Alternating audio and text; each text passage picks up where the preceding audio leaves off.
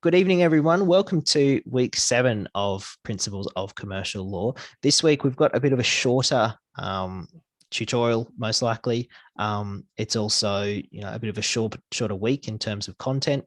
We keep things fairly conceptual, and in many ways, this week 7 is kind of runs in parallel to our week 1 topic. Whereas in week 1, we were diagnosing legal relationships.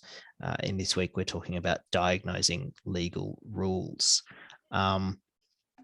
As you'll see in this recording, we're on a limited participation this week, which is fine. So this will probably run a bit more conversationally, I suppose. But yeah, we'll have a good chat. There's no sort of set questions this week. But I suppose what we could do to start off with is sort of just have a bit of a chat about and think about the difference between statutes and rules. So I wondered, are you happy to just sort of give a sort of a quick overview of the difference between the two? Yeah, so I guess statutes are those provisions that are set down by Parliament, established by legislation. So and then your rules, and I was thinking about this earlier today. Some of the rules that I've come across throughout this course, some of them have come from common law as well. Absolutely. Where you've got different authorities, and they'll say, well, this was the rule that was handed down through this case. I'm starting to think about some of those. So that's how I tend to look at statute and then rules. Yeah, absolutely. And so I think, and I'd be interested to hear your thoughts on this. The key distinction being the source of authority and the implications of that. So, statute coming from Parliament, the law sort of has authority on its own, whereas sort of rules coming down through sort of court judgments or being enlivened by a court decision, the authority for that rule therefore relies on interpretation in the courts and things like that. And so a good example might be, we've talked about partnerships in week 4. A partnership is a partnership as long as it sort of follows the criteria that are set out in the Partnerships Act. Around the margins, we potentially have a bit of a grey area and a legal dispute on our hands. But at its core, as long as you've got the elements there, then you can set up a partnership under the authority in that piece of statute, and don't need to get the courts involved. You know that it's a partnership. It's set up just amongst the partners, and you're good to go. Whereas, a rule under the court system, thinking maybe about misleading and deceptive conduct, which we'll talk about next week under the Australian consumer law. It's a rule. Yes, it's a rule that's set out it's codified, but conduct isn't in itself misleading or deceptive on its own. You need a court to rule that conduct is misleading or deceptive. And so that's a really interesting distinction, thinking about, where the authority is coming from and then what the implications of that are. And so what I had as sort of a bit of a discussion point is to think about, okay, well, why would that distinction matter for a client? Why does it matter for us as commercial lawyers to be able to distinguish between statutes and rules and the different authorities?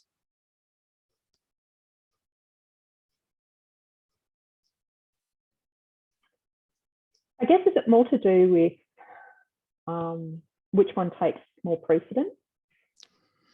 There is an interesting discussion around, the sort of, parliamentary sovereignty and statute being held, I suppose, in a higher regard than rules. So that's definitely part of it as well. But I think what's also interesting is this kind of in terms of how it matters in a practical sense is the sort of for one, costs involved potentially, but also just in terms of commercial law clients, the certainty and I suppose reliability around statutes versus rules. If you've got something that gets its authority from statute, you can pretty reliably, you can set the partnership up according to the Partnership Act, and that you'll be good to go. Whereas the minute you have to kind of get the courts involved, get some kind of interpretation involved to get that authority, there's always that level of uncertainty. There's always things just get a little bit trickier and more expensive for clients as well, but less certain and less reliable potentially, which is important and interesting to be thinking about. In terms of coming weeks, what are, and especially thinking for the second assessment, writing another letter of advice to a client, what are the things that you can be pretty certain about because it relies on statute, and what are the things that maybe are a bit less certain because they're relying on a rule? I wouldn't necessarily be expecting your letter to the client to be saying, oh, this is a statute and this is a rule and this is the difference and stuff, but in your own mind, knowing that there's a difference and being able to communicate the importance of that difference in your advice is really important and useful to keep in mind as well, I think. Any other thoughts on the sort of the distinction between statutes and rules and the implications for clients?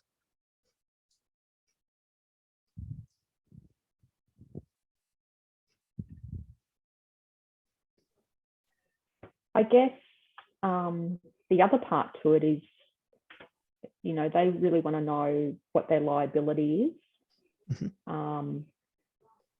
And also what remedies are available to them. And what you find is the statute does outline that quite clearly at times. Yes and no. And then you can be relying on common law as well for some of that. Yeah. But then sort of, on top of that, you've got that added uncertainty. For a remedy, you need the court to grant that remedy. Yeah. Often, most remedies are discretionary, at least to a degree. So, balancing all those factors as well is important and useful as well. The other sort of key theme or point from this week's study guide is this idea of characterization, which I suppose we can think of as another word for application.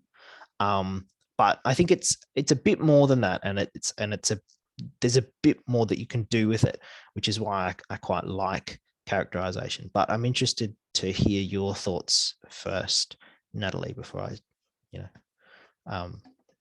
bias the discussion, I suppose. Yeah, I did have a read about characterization, and I guess everyone has their own different way on how they interpret things as well. And just reading through that High Court of Australia and Statutory Rules piece in the study guide, you could see that those High Court judges all had a different take on what something meant. So yeah, I guess I'm keen to understand that a bit more. Yeah, absolutely. And I think a lot of it, it comes down to everyone has their own different take on how they view things and see things. But then it's, there's context around that as well. So context and commonality too, where we're reading from the same sheet, and so there will be at least some overlap, but at the same time plenty of room for variation, differences of opinion, and all that sort of stuff. And that's what I find really interesting, and I think quite useful, is that in a sense, when we're thinking about characterization, we are thinking about application. How do we understand this particular law? How do we understand these particular facts? And how do we apply the law to those facts? And at a fundamental sense, that's all it is.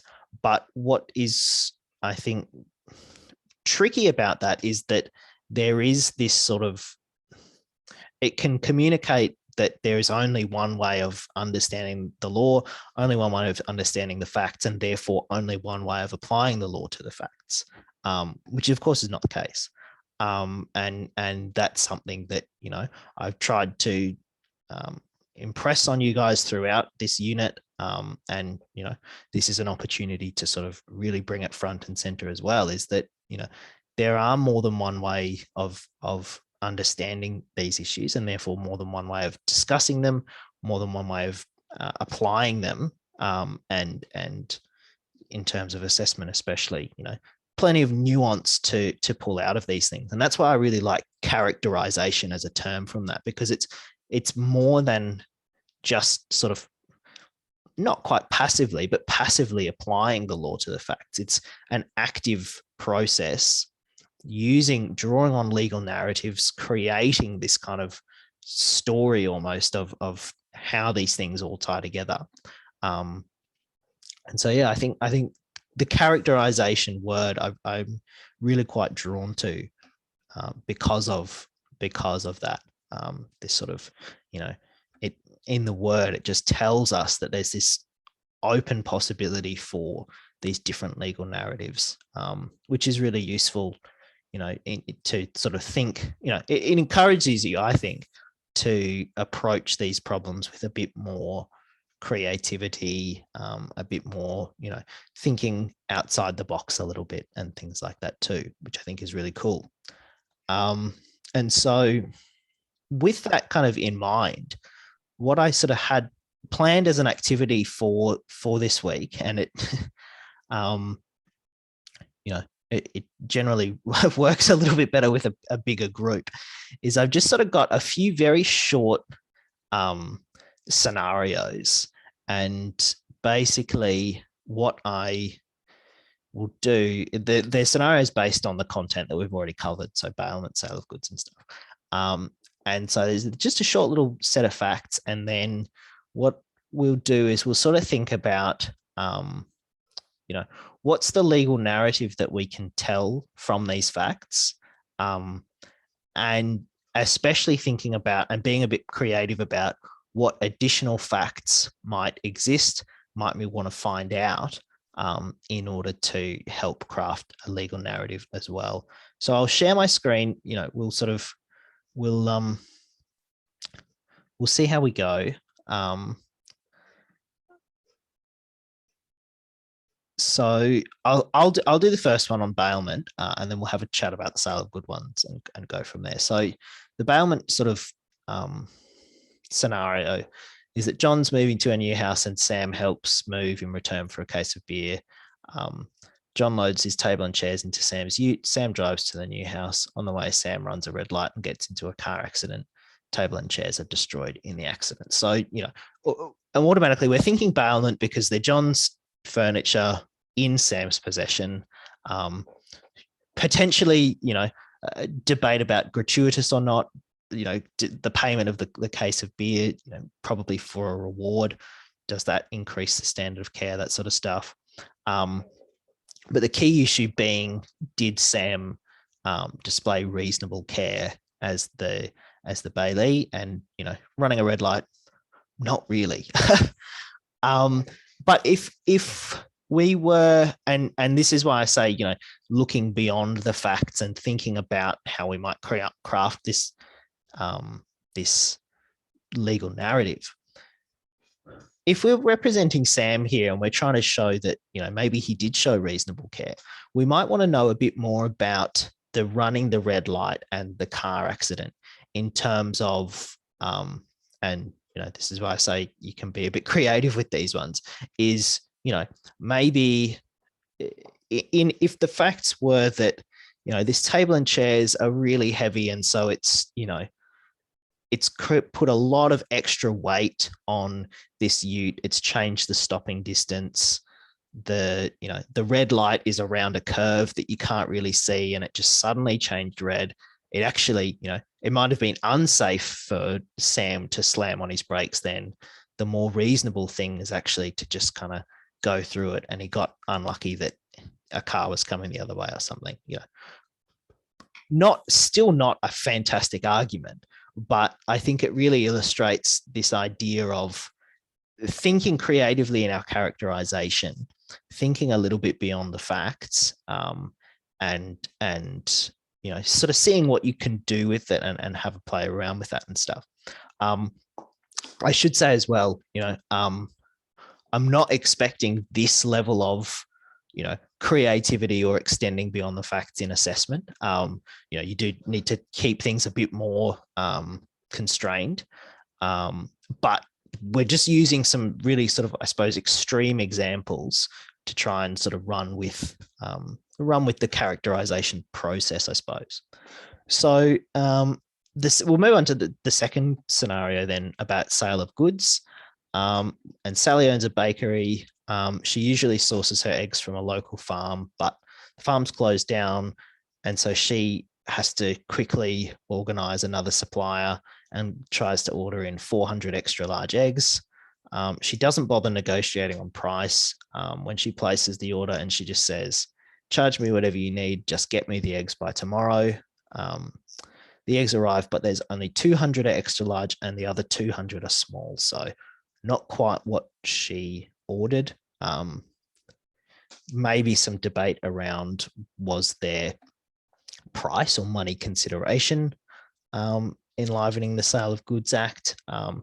But did you want to have a go, Natalie, at sort of thinking about, for one, we could be Sally first, and then we could represent the egg farm, thinking about how might we characterize this set of facts? What else might we look for to sort of craft a legal narrative, do you think?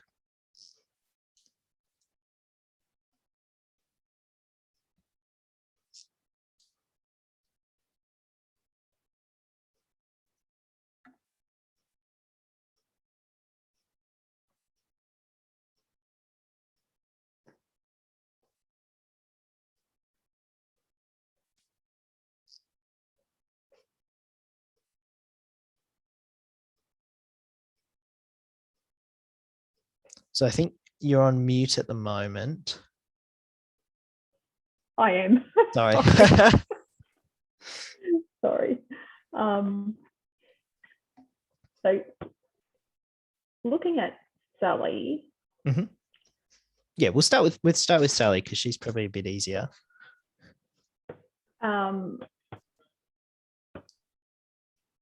Yeah, so where she has said, you can charge me whatever you need, just get me the eggs by tomorrow. I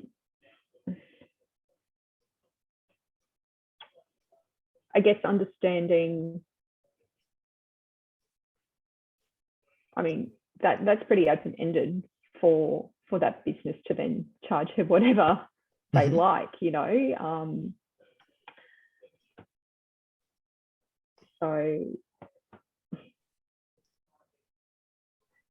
yeah, and I mean, what's interesting, and thinking about constructing this narrative, it's sort of really with Sale of Goods issue, we're thinking about these goods don't correspond to the description, and so we probably want to create a legal narrative where the sale of goods by description is really front and center. And what's interesting about this comment, you can charge me whatever you need, just get me the eggs by tomorrow, really, for one, conveys the urgency of the order, I suppose, but for two, places the emphasis on the sort of the detail of the order. I need these eggs, and they have to be extra large, basically.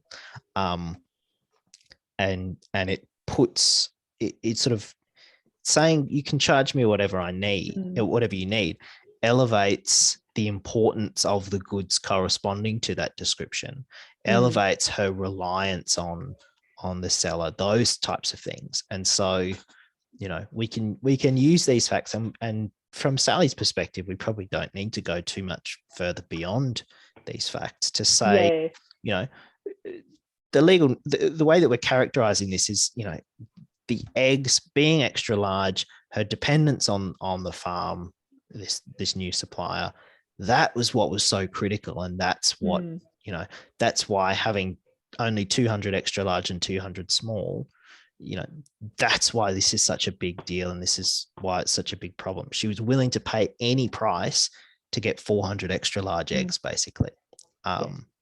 So yeah, sort of thinking about, pulling out the key issue and then really making the characterization, making that legal narrative fit that issue, really key. Did you want to have a go, sort of thinking about what you'd say if you were the egg farmers, the suppliers?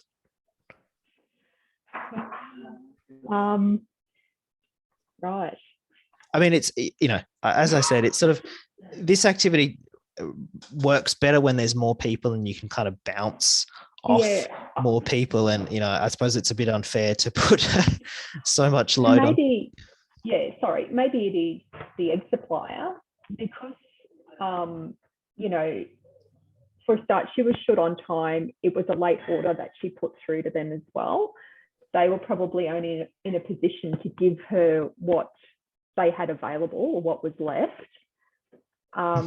She got 400, but, some were extra large, some were small, and that was probably indicative of the fact with what they had in supply.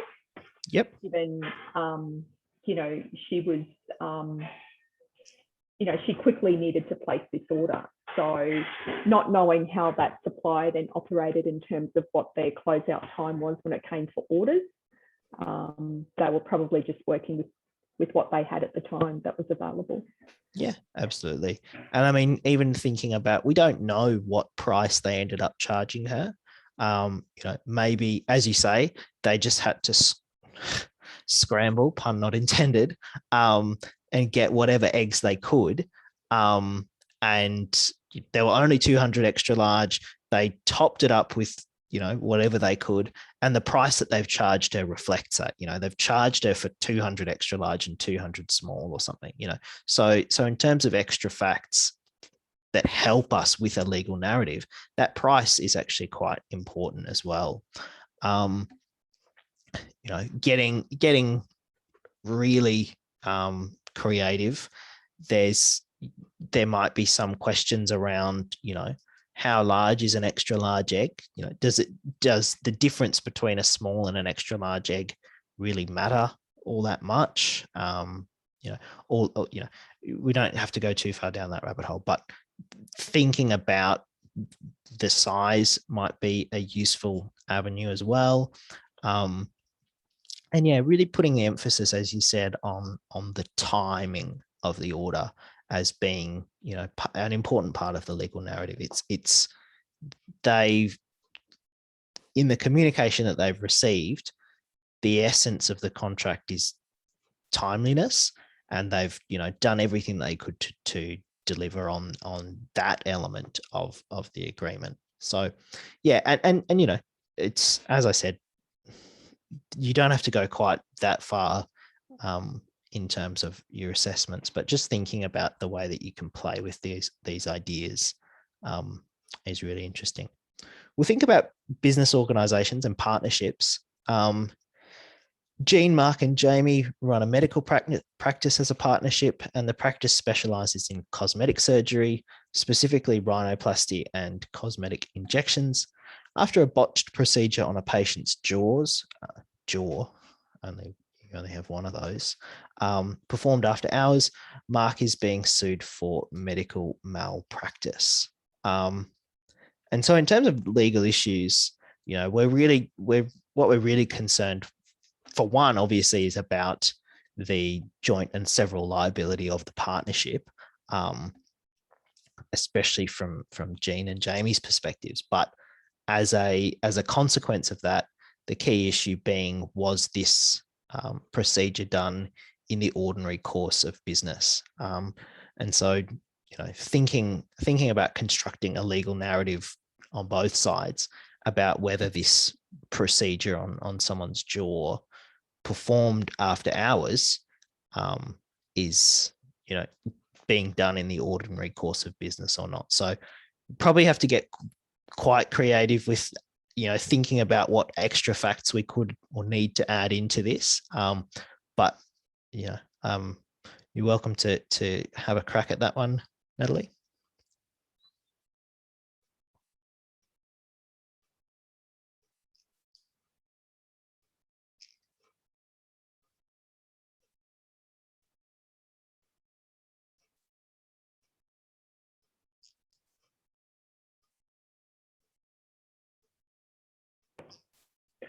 I guess one key thing is, why was it performed after hours? Mm-hmm. What led to that? Yep. So sort of more circumstances around the procedure itself and why it was being done in that time and place. Yep. Really important. And so, how would you be looking to use that?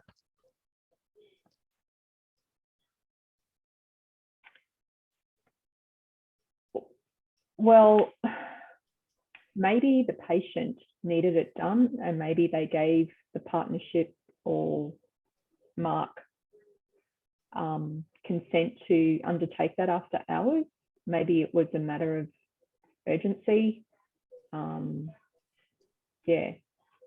Yeah. So, and it's sort of, there's probably an important difference between, the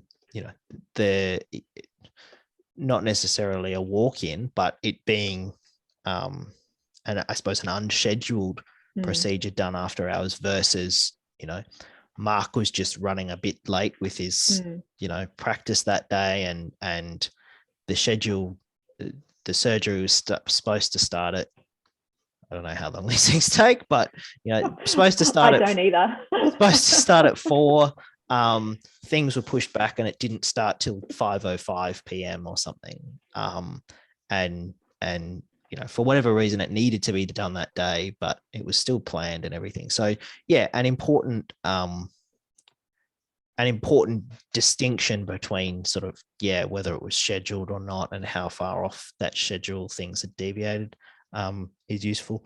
Sort of thinking about the sort of what the procedure involves as well. It's a cosmetic surgical residence. And so, whether it was surgery on a jaw that was, somewhat cosmetic-y, versus, if they'd been in a car accident and it was, we just need to set it in place or they'll lose their whole jaw or something, that obviously will very much go to whether this was in the ordinary course of business or not as well. Something else that we'd probably want to know on both sides of the partnership as well is whether Jean and Jamie had input into, on these limited facts, it doesn't seem like they were present for the surgery, but whether they had input in the decision of whether the surgery was going to take place, that sort of stuff as well, whether there was, whether they were involved with the patient prior or anything like that. And so those sorts of factors too would really help us create, if Mark's just doing this off his own initiative, then, that helps Jean and Jamie say this wasn't in the ordinary course of business. That's not how we do things. He's on his own versus, if Mark called the others and said, look, I was just getting ready to close up for the night, and then this guy kind of walked in with a thing hanging off his jaw and we needed to get it done. Is that cool? And they said, yeah, sure. Then, that's going to be quite different as well. We'll jump on to the last one then. So thinking about agency, John is selling his house, maybe the same John from the facts before. John's selling his house and has hired Zoe as his real estate agent. And so the contract gives Zoe discretion to set and modify the sale price as she sees fit using her professional expertise. After months with no luck, John is getting desperate and he says, I don't care what it takes, just do whatever it takes to sell this house. And then without consulting John, Zoe drops the price of the house by 100 grand and receives an offer straight away, which she accepts on John's behalf. So clearly issues around authority and the express authority that's been given to Zoe. But if we were representing Zoe here, what sorts of facts would you pull out and use in pulling together a characterization that favors Zoe? I guess the part where John has told Zoe, I don't care what it takes, just do whatever to sell the house. So she's acted on that as some sort of authority from John to then go and sell, do whatever it takes. Okay, well, if that means I have to, drop the price of the house by $100,000, that's going to get it to sell. And yeah, so I think that's kind of a starting point there. Yep. Yeah, absolutely. And drawing on the contract itself, sort of, for one, giving her authority to set and modify sale price, and in particular, sort of the reference to her professional expertise. And so, it's kind of using that phrasing to frame, it's pretty radical to drop a house price by 100 grand. But, if you I wouldn't be happy with that. No.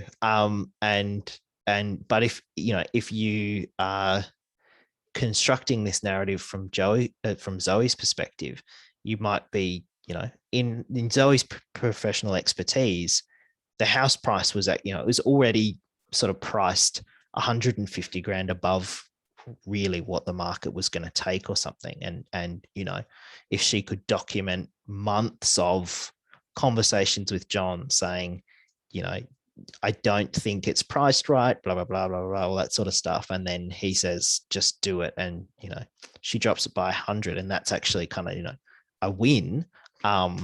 If she's thinking it's actually been overpriced by, 200,000 or something. Some sort of narrative that really, emphasizes the authority that's been given to her, relying on her professional expertise as being really key. How about if we were talking from John's perspective, sort of what would you put the emphasis on instead?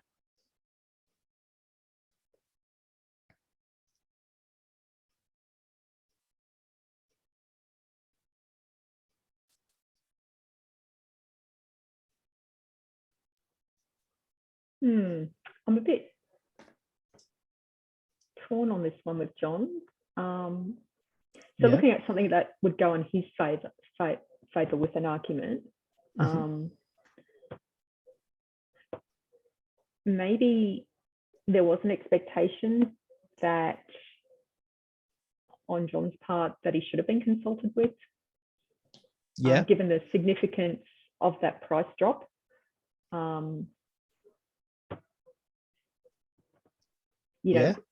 Would that be considered reasonable?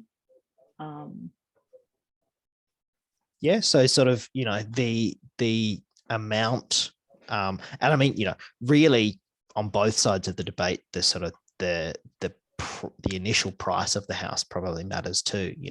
If it was initially priced at 400,000 or 500,000, dropping by 100 is huge. If it's a $3 million house, 100 grand is, not as significant. So that, that's part of it as well. But the other thing too, being sort of thinking about the authority or the lack of authority to just accept the price without sort of, accept the offer without talking to John at all. It's one thing to really drop the price by that much without talking to him, but to accept an offer, there's potentially that argument and the debate about, does she have the implied authority to do that and stuff, maybe. But, from John's perspective, that would be, I would think, the real key thing is the a lack of authority to accept an offer that was, quite low compared to what the sale price had been at. And, you might then also, introducing new facts, you might, potentially look at bringing in other evidence from other real estate agents or valuers and things like that to say, if Zoe was using her professional expertise here, then her expertise is pretty lacking or something, argue that that's not something that most real estate agents would have done or something like that, as a potential sort of extra step. Again, getting a bit creative, getting a bit beyond the facts, but really just thinking about, okay, what do we need to find out in order to start building this compelling legal narrative, in order to present a characterization of these facts and the laws that relate to them in a persuasive way, are really important things to be thinking about over the next few weeks of this unit. That's pretty much everything I really had to say of substance. Was there anything else that you wanted to say, or any questions you had either about the sort of diagnosing the legal rules in general, or about sort of, those scenarios that we just talked through? No, they were good scenarios, actually. It really, they were short, really kind of concise, simple problems, but once you kind of get into it, and think about it, it actually helps you with that thought process of going, okay, what is it that we really need to look at here? So I thought they were good. Yeah. Okay, that's good. I'll put them up on Moodle, because they're not up there at the moment, because they're sort of more just of a little activity thing, but I'll pop them up as well. So for people who are listening to this recording, you can have a look through those, see if you can come up with other ideas or other narratives. But yeah, it's a useful skill to try and practice, because as we've said a few times throughout this unit, you're not going to get all the facts out of your clients on the first pass. And so being able to really jump quite quickly into gear and think about, okay, how are we going to present this, clues you onto, your knowledge of the law is going to clue you onto, okay, I'm thinking it's a bailment. I need to find out more about who has control and ownership and stuff. But then also thinking about how am I going to present this clues you onto, okay, which facts do I need more detail about, which road was the red light on that they had the accident on. Those sorts of details as well are, can be equally as important as getting the facts that actually tie into the legal stuff down too. I'll just repeat the sort of the caveat that I'm not expecting huge wild goose chases for the assessment tasks. It is more similar to the first task. There are gaps and you explore those gaps, but in a sort of a more constrained fashion. But as an exercise, really, really thinking a bit more broadly and a bit more creatively is useful as well. Other than that, we might wrap up a little bit early, I think. Thanks for coming along, Natalie. Next week we are back to substantive topics. We're talking about the Australian consumer law, which is always a really fun, really useful, no matter what you end up doing, after you graduate, whether you practice law or not, you're going to buy things, you're going to be a consumer. And so it's always a great topic to sink your teeth into. So we'll be back same time, same place next week to talk about the ACL and all its fun little quirks. So thanks very much. Have a good week, Thanks, Jacob. and we'll see you next time.